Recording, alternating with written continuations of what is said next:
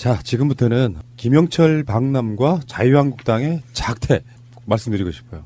작태란 표현은 내가 쓴 표현이 아닙니다. 백혜련 민주당 대변인이 쓴 표현이에요. 이 분노를 표출하기 위해서는 마차님의 목소리는 안 됩니다.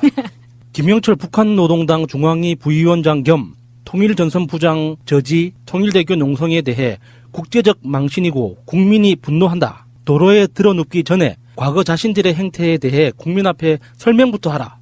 3번의 도전 끝에 어렵사리 개최한 평창 동계올림픽은 전 세계가 인정하는 평화올림픽이 됐다. 30년 전 88 서울올림픽이 냉전 종식 올림픽이었다면 평창올림픽은 그 이상의 효과를 불러온 올림픽이다. 그러니까 지금 자유한국당이 통일대교 앞에서 아주 돗자리 깔고 길을 막았지 않습니까? 예.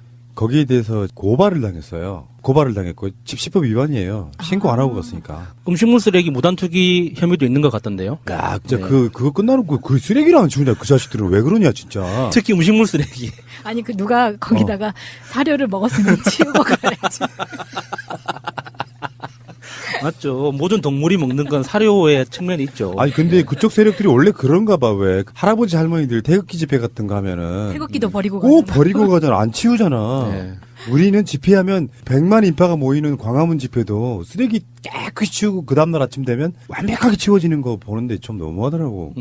집시법 위반으로 일단 고발을 당했고요. 근데 나는 내 앞에 만약에 김무성이나 김성태가 오면 물어보고 싶은 게 있어. 그러면 북핵을 없애지 말란 말이냐? 결국에는 김영철이 이따가 다시 이야기가 나옵니다만 천안함의 폭침의 주범이다 이런 논쟁을 떠나가지고 그러면 북핵을 치우지 말란 말밖에 더 되잖아요. 아니, 그러면은 김영철이라는 그 이름을 지우고 그 정도의 권한이 있는 사람이 와야 되는 거 아니에요. 그러니까 처음에 개회식 때 김영남 위원장이 왔으면 이제 김영남 위원장보다 더 높거나 김영남 위원장과 비슷한 급의 사람이 와야 될 거 아니에요. 그래야지 앞뒤가 맞고 실무회담을 하더라도 실효성을 갖고 돌아갈 텐데 그러면은 그 사람이 아닌 누가 그러면은 그 급에 맞단 말이에요. 노동당 부위원장이면 김영남 위원장하고 거의 비슷한 급으로 볼 수도 있거든요. 당의 부위원장이기 때문에. 그러면은 누가 적당한지 좀 이야기를 해주든지. 그 내정 간섭의 성격이 있긴 하지만 이게 북한에서 결정해서 인사를 결정해서 파견을 한 거면 우리 쪽에서는 존중해주는 게 예의잖아요. 외교적인 예의인데. 그러니까 2014년 군사회담 때 김영철이 내려왔을 때는 환영 논평 보냈다. 네. 그러니까 그것은 군사회담이고 라는 말이 난 더 웃겨요. 지금은 그러면은 북핵 관련해서 군사회담보다 더 큰 회담이거든요. 예. 북핵에 관련해가지고. 김정은 위원장의 특사 같은 거잖아. 근데 그때는 되고 지금은 안 된다고 말하는 것도 웃겨. 군사회담에는 김영철이 북한 측 대표로 내려와서 남측 평화의 집에서 회담면 환영 해놓고 특사 성격을 띠고 있는 김영철에 대해서는 안 돼. 그러면서 길거리 들어 누워요. 그러니까 저는 김성태 의원이 뭐 김영철을 총살해야 된다, 뭐 사살해야 된다, 뭐 이런 개소리를 하는 걸 들으면서 전두환이 생각이 났어요. 그 사람들 논리대로라면 이게 5.18의 최종 책임자이자 주범은 전두환 아닙니까? 근데 전두환에 대해서는 그 논리를 적용을 안 해. 이게 천안함의 원인이 북한의 폭침인지 아직 과학적으로 검증되지 않았지만 그 사람들이 워낙 진짜 목소리를 놓아 목을 놓아 통곡하듯이 주장하니까 그렇다고 친다면 그게 그냥 논리적 추론상 그 당시에 군 가장 최고 책임자가 김영철이었다고 쳐. 그래서 김영철이 그 천안함 사건의 배후다라고 한다면 5.18의 배후는 당연히 전두환인데 왜 책임을 안 묻고 있어요 아직까지. 심지어 경호까지 했죠. 예. 근데 그 김성태가 그런 개소리를 하는 거를 보고 있으니까 저 어렸을 때 초등학생들이 뭐 그 웅변 대회 하는 거 있죠. 뭐 세계 평화를 외치면서 너무 심각하게 막 어떤 인권과 평화를 외치는 초등학교 5, 6학년 정도 아이를 보는 그런 느낌이었어요. 그래서 통일대교 쪽에다가 이제 일반 저작거리에서 하는 그런 짓거리 있잖아요. 배 째고 그냥 길바닥에 놓는다는 게 딱 그 상황이잖아. 장재원. 틀리지도 않아. 장재원은 카메라를 의식해가지고 눈깔 돌리는 거 보고 그러니까 학을 뗐는데 문제는 눈으로 치켰더고.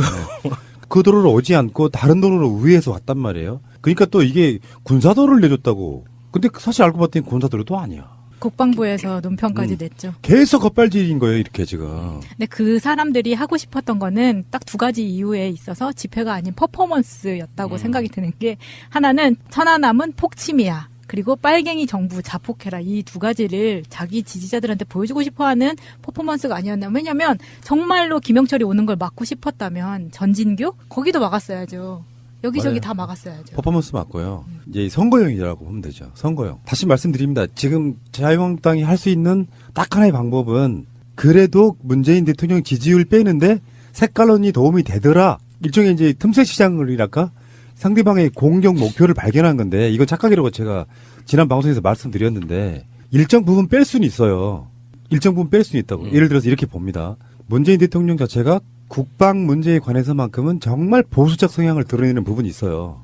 그래서 문재인을 믿고 찍어준 사람들이 있을 수 있고 홍준표나 안철수를 찍었더라도 문재인 대통령이 잘하니까 문재인 대통령 지지하는 사람이 있을 수 있는데 그 사람들을 자극해서 일부 지지율 3, 4% 빼는 건 가능해요. 근데 더 이상 확장 안 되는 건 어쩔 수 없지만 지지율이 돌아오지는 않지만 문재인 대통령 지지율을 계속 이렇게 흔들어대면 빠지더라. 그래서 지방선거까지 그 분위기로 가야겠다. 유일하게 먹히는 게 이거라는 걸 발견한 일종의 틈새 시장이다. 이렇게 보는 거예요. 그런데 이 사람들이 이것을 선거에 이용하기 위해서 이렇게 틈새 시장을 공략을 했는데 정말 미스테이크였어요. 이 미스테이크인 이유가 우리 국민들이 그동안 좀 워낙 적폐가 심한 적폐들이 많아서 순위에 밀려두고 있었던 이 천안함 진상 재조사에 대한 국민들의 의지를 불같이 불러일으키는 계기가 돼버렸어요. 그래서 자유한국당 소속 국회의원들이나 이 사람들은 이야기하기를 김영철이 주범이다라고 얘기하잖아요. 그런데 대한민국 국방부에서도 주범이 누구인지는 모르겠다라고 공식적으로 나오거든요. 국정원도 그렇고. 왜? 주범이 누군지 몰라요. 그러면 자유한국당은 알고 있었다는 거야. 주범이 김영철인 걸. 자기들은 그걸. 논리상으로 그래요. 야, 그러면 이게 뭐 북한하고 뭐 손을 잡았든지 얘네들은. 그런 간첩이 있다는 거예요. 그 그렇지. 안에. 그거 아니면 국가적인 차원에서 나오는 모든 정보를 자기들이 가로채고 온 국민에게 국정원 국방부에게 안 알려줬다. 이 결과밖에 안 되거든요. 2014년에 니들도 그러지 않았느냐라고 했더니 그 얘기가 처음 나왔을 때는 그때는 김영철이 천안함의 주범인지 몰랐다. 그 실들과 처음에 나왔었는데 그게 거짓말이었어요. 제가 그 영상이나 자료를 쭉 찾다가 보니까 2014년도 그 당시 한나라당 국회의원들이 김태영 당시 국방부 장관을 갖다 놓고 윽박 지르듯 이야기합니다. 누구와 김영철이 그걸 주도한 게 아니냐라고 이야기를 물어보니까 처음에는 김태영이 그건 우리가 확인돼 봐 없다고 이야기하다가 다른 질문자가 질문할 때 그런 걸로 추정됩니다라고까지 이야기하면서 계속 분위기를 만들어가요.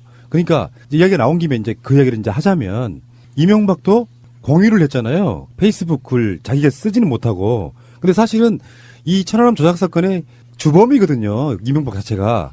천영우 전 외교안보수석이 쓴 글을 공유를 하면서 살짝 소심하게 지금 이제 검찰에 끌려가야 되니까 소심하게 천영우의 글을 공유를 했는데 김영철은 불법 무기 거래로 핵 개발 자금을 조달한 인물이다.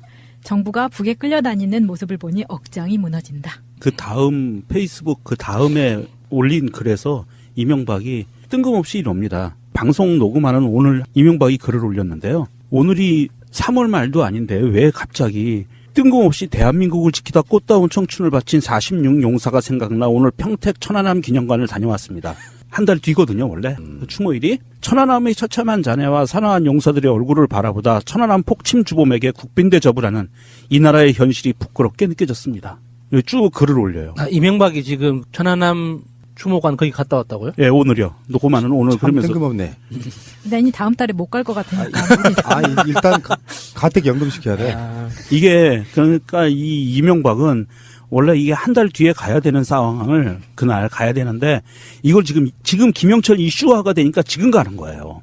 그럴 수도 있고 이게 다음 주에 구속되면 영영 못 갈 수도 있으니까 마지막으로 이제 미리 기특하네요. 2014년 10월 16일 날 조선일보에 이런 사설이 나옵니다. 천안함 도발 주역 내보낸 북한과 대화해야 하는 현실이라는 기사가 떠요. 이때 이미 다 알았어요. 얘네들은 다 알고 있다고 생각을 하는 거예요. 그러면서 판문점에서 장성급 회담을 가졌는데 사설의 끝 문장이 이겁니다. 이런 북한과 마주 앉아 대화하고 합의를 일궈내야 하는 것은 엄청난 인내를 필요로 한다. 그렇다고 북한과의 대화를 피할 이유도 없다. 긴 호흡으로 남북 대화를 이어갈 원칙과 분명한 방향 설정이 무엇보다 중요하다. 긴 호흡으로. 이거는 굉장히 좋은 명문장이거든요. 이 조선일보에서 낸 거예요. 박근혜 시절에. 그러니까 자기들은 되고 다른 사람들은 안 된다는 얘기죠. 2007년에 노무현 대통령이 북한을 다녀오잖아요. 그리고 2008년에 정권이 바뀌어서 이명박이 취임합니다. 그리고 북한이 천안함을 포기해야 될 이유가 흐름상 단 한 가지도 없었다는 예. 것이 일단 그 시작이고, 나는 신상철님의 진짜 중요한 워딩 딱 하나라고 봐요. 우리가 이게 프레임 싸움이라고 이야기하잖아요. 그 프레임 싸움에서 폭침의 주범이 김영철인지 아닌지 논란이 되면 안 돼요. 천안함 사건에는 폭침이 없었습니다. 폭침이란 표현은 폭발시켜서 침몰시켰다 뜻이니까 네. 다른 말로 말하면 폭발 자체가 없었다. 폭발이 일어났다는 흔적이 없었는데 네. 폭침의 주범이 어딨어. 폭침이 없었는데. 그러니까 그 당시에 김영철이는 누구네 그 주범이 누구냐가 문제가 아니라 가장 핵심은 천안함에서는 폭발이라는 증거가 단 한 가지도 안 나왔는데. 그러니까 사고의 원인을 정확하게 밝히는 게 제일 먼저죠. 맞습니다. 예, 그러니까 예. 그게 가장 중요하다고 보는데, 그래서 2011년 6월 1일 날 나온 기사가 지금도 회자되고 있지 않습니까? 일종의 성지 같은 거예요. 예. 통일부 김천식 통일정책실장, 국가정보원 홍창화 국장, 청와대 김태효 대외전략비서관. 이 사람들이 북측을 접촉해서 제발 북측에서 볼 때는 사과가 아니고 남측에서 볼 때는 사과처럼 보이는 절충안이라도 만들어 세상에 내놓자고 하면서 우리 북측에서 제발 좀 양보하여 달라고 애걸했다. 이렇게 북한이 그들을 만나고 나서 이렇게 폭로를 해버렸잖아요. 그러니까 애걸했다고 하는 북한 측의 보도는 과장이라고 하더라도 북측에서 볼 때는 사과가 아니고 남측에서 볼 때는 사과처럼 보이는 절충안이라는 이 말은 북한에서 만들어내기에는 좀 너무 디테일하잖아요. 그러니까 이거는 그때 김태효 비서관을 비롯한 그 사람들이 제안한 말일 가능성이 높죠. 너무 창의적이지 않습니까? 사과가 아니고 북측에서 볼 때는 사과가 아니고 남측에서 볼 때는 사과처럼 보이는 건 어떤 표현이 있을까? 근데 이걸 이렇게 방송으로만 한 게 아니라 실제로 녹음 기록이 있기 때문에 우리는 공개할 수 있다. 그리고 김태효가 돈봉투를 내놨을 때 그 돈봉투를 우리가 쳐내니까 김태효 얼굴이 시뻘개졌다. 이런 얘기까지 다 하잖아요. 북한의 말이 거짓일 가능성이 없어요. 흐름이나 어떤 관계상 그런 네. 거 아니에요. 그래서 그 후로 반박을 못했고, 신상철님 말씀처럼요. 남한 당국의 이명박까지도 북한에 있을 가능성이 없어 보인다라고 척이했던 것을 미국의 관계자가 일종의 가이드라인을 정해주는 상태가 되면서 네. 급격하게 북한으로 몰고 갔는데, 그 몰고 간 상황에서 북한이 계속해서 지속적으로 우리와 남측이 공동 조사하자는 이야기를 했는데 남한 쪽에서 쌩깠습니다. 그러면서 지금까지 온 상황이기 때문에 우리는 이제 그렇게 봐야 돼요. 김영철이 폭침의 주동자이냐 아니냐는 증거가 없다. 이거는 그 사람들 프레임에 그냥 말리는 거예요. 폭침은 없었다. 살인사건이 나지 않았고 강도사건이 나지 않았는데 범인이 누구다라고 말하는 게 웃기잖아요. 그러니까 천안함 사고의 원인이 어떤 그 주범이 북한이다라는 그 말이 만약에 사실이라면 사실 그때부터 지구상의 군사 최강국은 북한이라는 뜻이에요. 기술적으로 대구에서 북한 드론이 발견됐다는 그 뉴스 있잖아요. 그러면은 지구상의 드론 기술 최고봉은 북한이라는 뜻이잖아요. 연료 기술이나 배터리 기술은 이미 외계인급으로 북한이 갖고 있다는 뜻이거든요. 북한이 천안함을 그렇게 어뢰로 폭발할 수 있다는 건 미국을 핵으로 위협하는 것보다 훨씬 더 위험한 기술을 북한이 가지고 있다는 뜻이거든요. 그 서해처럼 수심이 낮은 곳에서 그 복잡한 모든 장애물을 뚫고 어뢰를 발사시켜서 명중할 수 있다는 건 그거는 미국으로서는 정말 상상하기 싫은 무서운 거거든요. 자, 우리 방송을 꾸준히 들으신 분들은 뭐 거기에 대한 말도 안 되는 이야기는 계속했으니까 신상철님 조만간 한번 직접 나오실 거고요. 그 얘기 다시 하시고, 문제는 어쨌든 간에 그런 논란들이 일어나서 지금까지도 의혹이 있고, 사실상 그 당시에도 국민들 3분의 2 이상은 천안함 사건에 대한 의혹이 있다라고 생각할 정도고요. 그 여론은 그닥 그렇게 변하지 않았다고 생각이 들어서 자충수 드는 거고요. 정말 순진해서 북한이 천안함을 폭침시켰다. 어떤 이유도 없이. 그들도 나라예요. 뜬금없이 관계가 그렇게 나쁘지도 않은데 내가 야수님하고 사이가 그렇게 나쁘지가 않아. 근데 뜬금없이 가서 칼로 찔러버린 거야. 아플 것 같네요. 재판 같은 거나 이런 거 할 때는 그런 게 중요하게 작용이 된단 네. 말이에요. 범행 동기가 예, 없단 예, 말이에요. 예. 범행 동기가. 예. 그런 상황에서 지금 쟤네들은 선거용으로 이용해 먹기 위해서 길바닥에 정말로 돗자리 깔고 앉아버리는 이 저질 작태를 보이고 있는데, 그걸 뚫고서라도 지금 김영철은 남한이 와서 문재인 대통령을 만나서 대화할 용의가 있다는 입장을 공식적으로 밝힌. 네, 충분한 용의가 있다. 네, 김여정은 문재인 대통령을 초청하는 그런 역할이었다고 네. 하면 김영철은 전에도 한 말씀드렸죠. 김영철이 천안함 폭침의 주역이면 못 내려보냅니다. 어쩌면 북한이 영리하다고 하면 이거에 대한 논란을 저점화시키기 위해서라도 내려왔을 수 있다고 보는데 어쨌건 김영철의 메시지는 북미 대화를 하겠다 이런 거잖아요. 네. 김정은의 강령적 지시를 가지고 왔다고 알려져 있잖아요. 그러니까 그 강령적 지시의 구체적인 내용은 그 사람들만 알 테지만 김영철 위원장을 비롯한 그 사람들만 알고 있을 테지만 그 내용이 정말 궁금합니다. 그 강령적 지시라는 건 구체적으로 어느 지점까지 다다를 때까지 계속 임무를 수행하라는 거잖아요. 그럼 그게 실제로 협상 테이블이 개시되는 그 지점까지인 건지 안 그러면은 이 관계가 완전히 녹아서 소통할 수 있고 무역이 시작되는 이제 그 단계까지를 김정은 위원장이 지시를 한 건지 너무 궁금해. 그게. 그 야수님이 얘기한 그 강령적이라는 거 있죠. 예. 김정은이 지시한 강령적. 요 강령적이라는 건 뭐를 뜻하냐 하면 그 김정은이 1월 초에 신년사에서 발표한 내용이에요. 사실은 그걸 보고 강령이라고 얘기를 하는 거거든요. 북한에서는.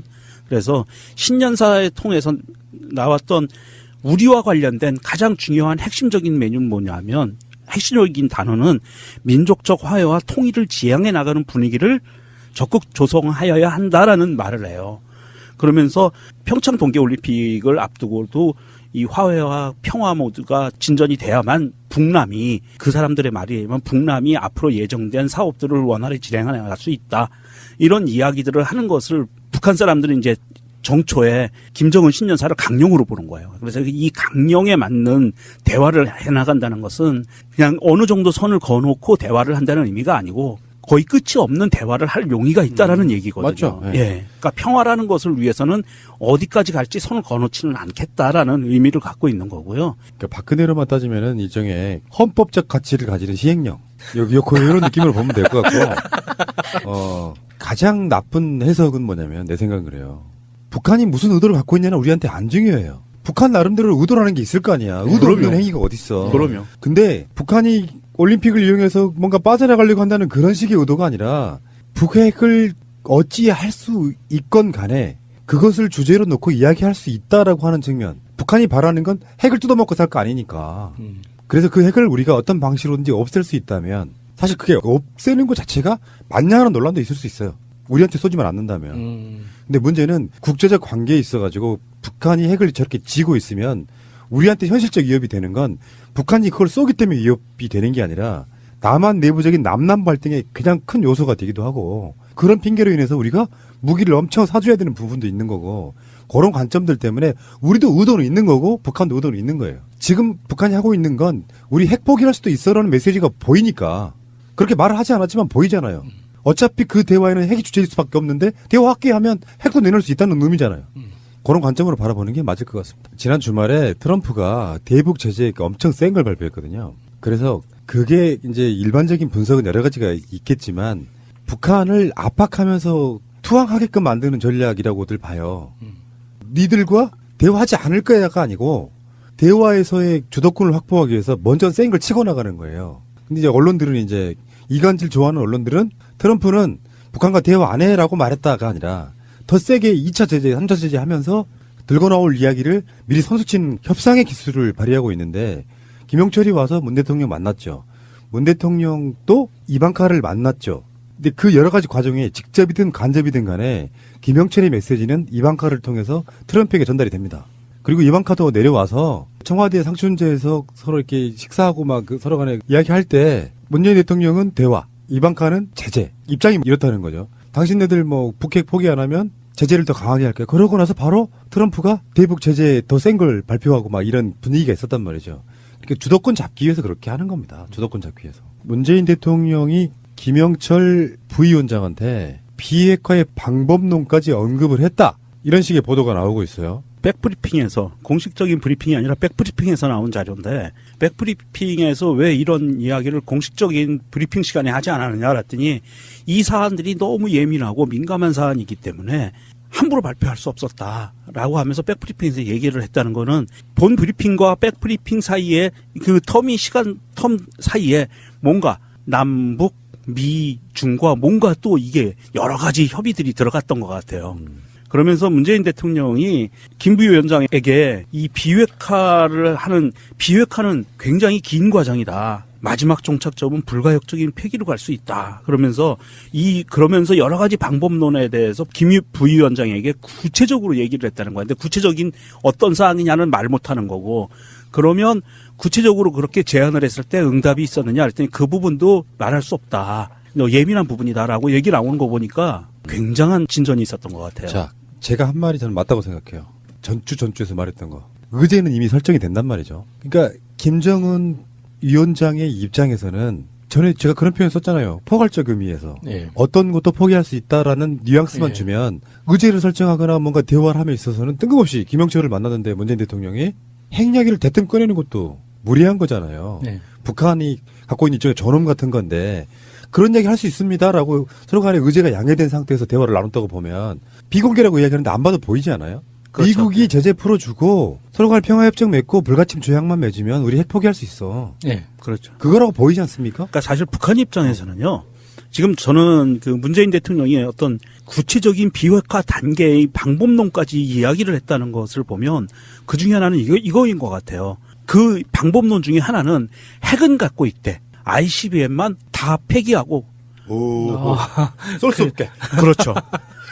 그러니까 핵을 갖고 있다는 건 핵무력을 갖고 있다는 건 투발 능력을 보유하고 있을 때 가능한 얘기예요. 전폭기에 실어서 떨어뜨리거나 미사일을 쏘거나. 가방 사주고 밖에 못 나가게 하는 거랑 똑같아요. 그렇죠. 명품 가방 사주고. 그래서 사실은 핵 보유를 인정하든 안 하든 그거는 별개의 문제로 놔두고 실질적으로는 핵을 보유한 걸로 보는데 국제적으로 인정은 안 하겠다. 그 대신 북한에서 갖고 있는 ICBM만 폐기하는 거로 가면 북한의 위신이 핵무기를 개발한 거에 대해서 북한 인민들에게 이거를 폐기하지 않는다라는 어떤 굉장히 큰 위신을 세울 수가 있어요. 면을 세울 네. 수 있다는 거지. 그러니까 그건 추정일 뿐이니까. 예, 그 우리가 정도도 뭐 하나 포함되지 않았을까 싶어요. 확정시키면 안 되는 예. 거고. 이쪽에 로드맵이 있으면 이제 이를테면 뭐 이게 단계별로 있는데 이런 건 확실해요. 예를 들어서 더 이상 핵실험을 하지 마세요. 그렇죠. 네. 그래야 이렇게 대화가 가능합니다. 이런 식의 로드맵을 이렇게 짚어주고 서로 간에 우리는 내가 그러면 사실은 우리는 당사자가 아니거든. 중재자잖아요. 네. 이 정도 해줘야 우리가 트럼프한테 이야기할 수 있다. 이런 식의 어떤 구체적인 방법이 오갔다 이렇게 보는데 어쨌건 저는 희망이 보이는 거고요. 네.